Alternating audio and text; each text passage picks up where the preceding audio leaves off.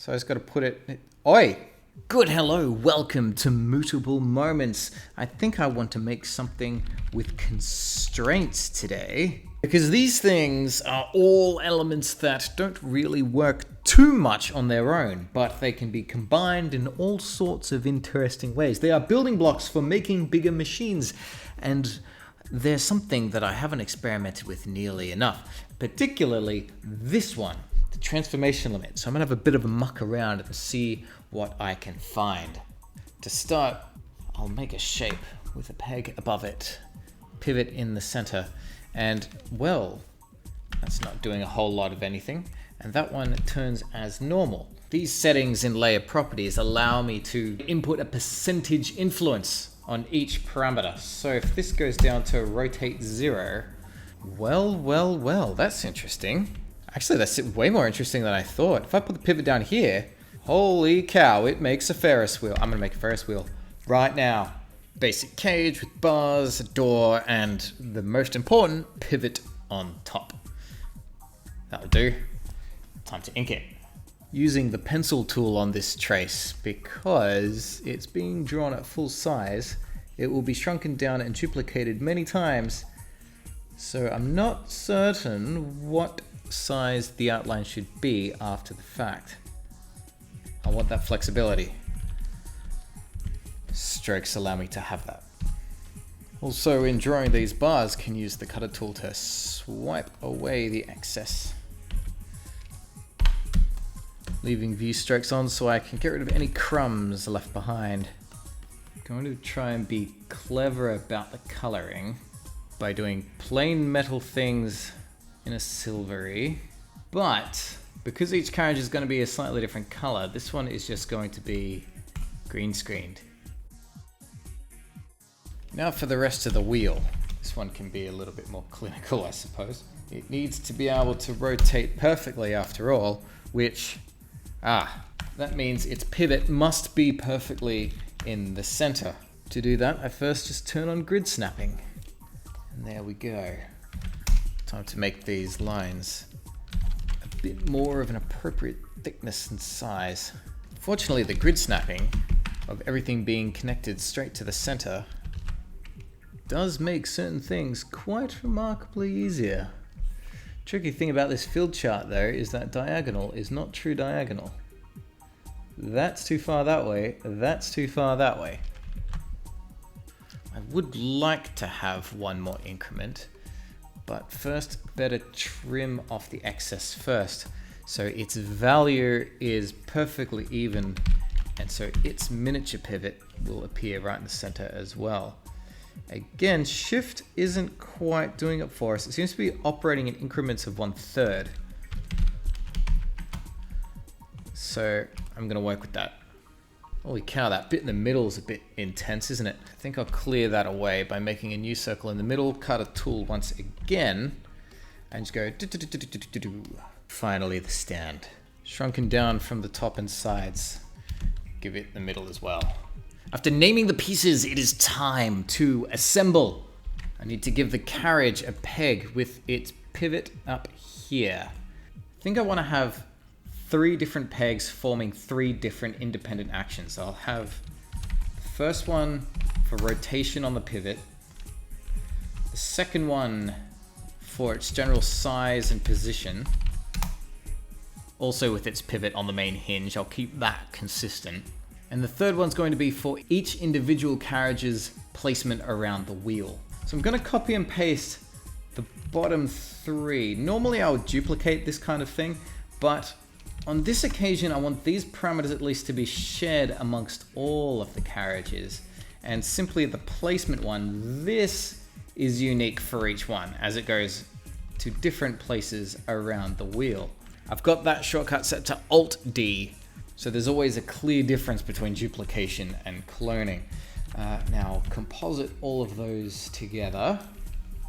Select all of the size and positions, which should be shared amongst all of them. Place that there.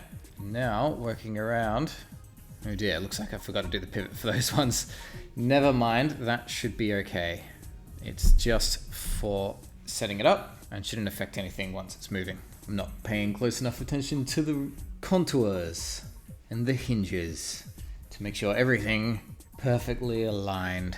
So now to figure out how the heck to parent these things in such a way that it will rotate cleanly. The wheel holds the master peg. So rotating all of that, I just want to keep the carriages stationary. So with that transformation limit from before, if this is set to a rotation of 0 and popped between all of the carriages in the top, will this work? Oh, nothing happened at all. Okay, great. That did something.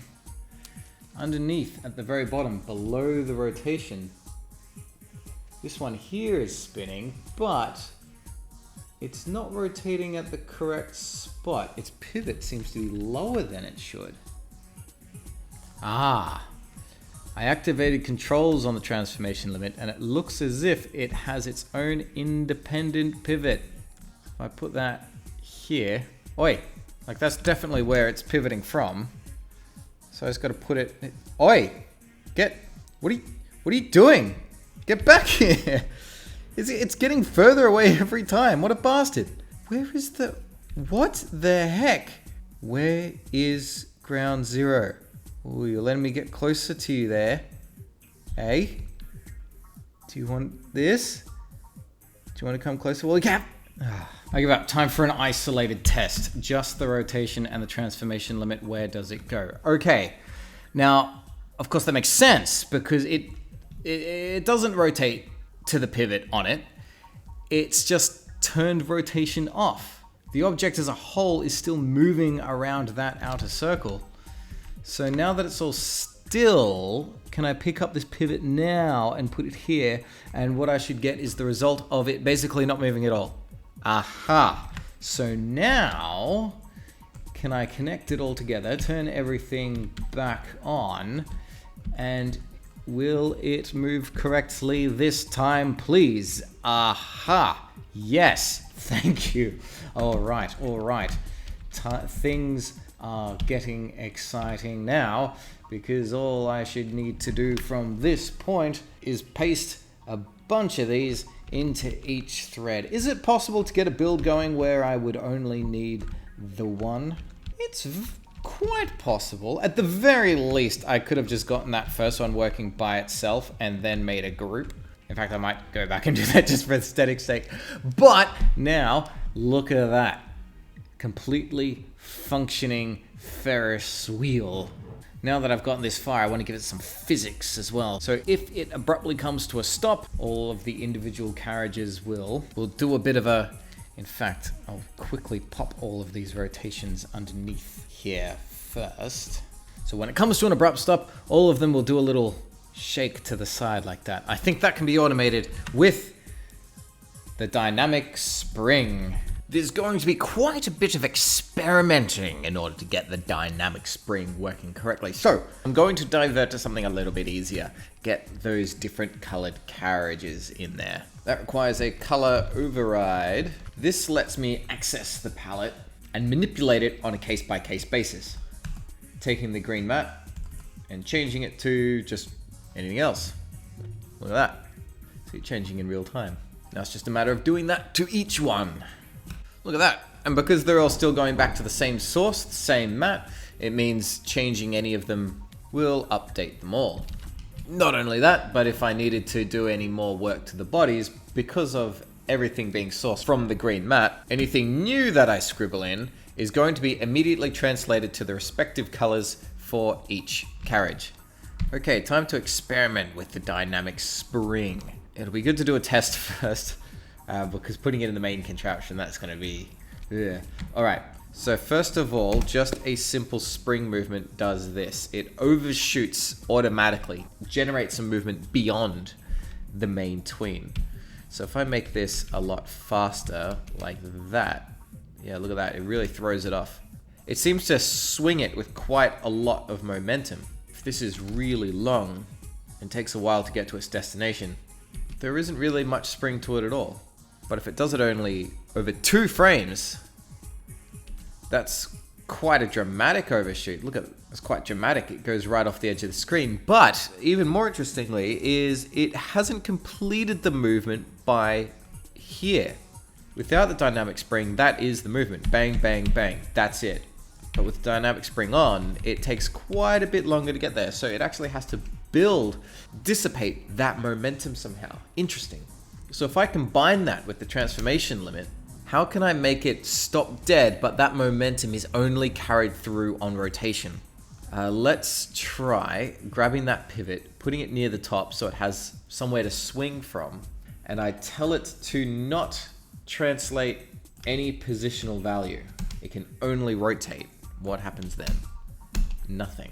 Of course, because I didn't animate any rotation at all. That's a completely different parameter. The only way I know I could get it to do something reactionary for sure would be with a 2-point constraint. This thing allows 2 different pivots on one object. So if one's at the top, one's at the bottom, that should cause something to happen. Whoa, interesting. So that's the bottom pivot staying still. The top one swinging left and right. Of course, the problem with the 2-point constraint means a lot of distortion happens. I don't want that. I just want it to rotate. There must be a way. The tricky thing here is all of the carriages don't have a rotation value at all, which puts me in a bit of an ironic situation because there are alternate methods to create this effect. Things I had done before now were sharing and not sharing particular parameters, even writing a bit of code that told the rotation of these individual carriages to be the opposite of the main wheel. So it cancelled each other out. Looks like they were staying stationary. But ironically, in this scenario, that probably would allow me to have that little shimmer momentum at the end because it means the carriages would indeed be turning and the dynamic spring would have something to work with. Because notice here, I can apply it to the entire wheel and that will have a spring back and forth. But the carriages are constantly locked, facing downwards. I wonder if the transformation gate can come in handy here. The transformation gate takes 2 different inputs and can dynamically shift between them. So at 100, it's massive and tilted. And at 0, it's completely on the wheel. At 50, it's somewhere in between. So is it possible to spring between both of those 2 states? Well, the constraint switch is an external piece that gives us this same number. So if I put that on the left and shift that between 100 and 0, that should give the same effect. 50, halfway between. Now, I don't think this will be possible, but can that be sprung? No. That would have been interesting. There may be more to discover here, but I think I'm going to put my hands up, declare defeat for now, and have the dynamic spring up on the main wheel. And when it does that, just select these and just animate it manually. No real shame in that. With a few keyframes either side and gradual ease. Find those keys to be in line with the rotation. Okay, I'm sure that physics could be more accurate. And there may be a way to generate it, but that'll do. A good practical moot for the transformation limit. Feel there is much more to discover. You saw that idea get birthed just from seeing the way something rotated without rotating. How else can all of these pieces be combined? I must find out. So consider sticking around for more mootable moments, and maybe even joining the Patreon if you want to get hold of working files like this one, and discuss them in the Discord. Big thanks once again to all of the current supporters for keeping this channel afloat.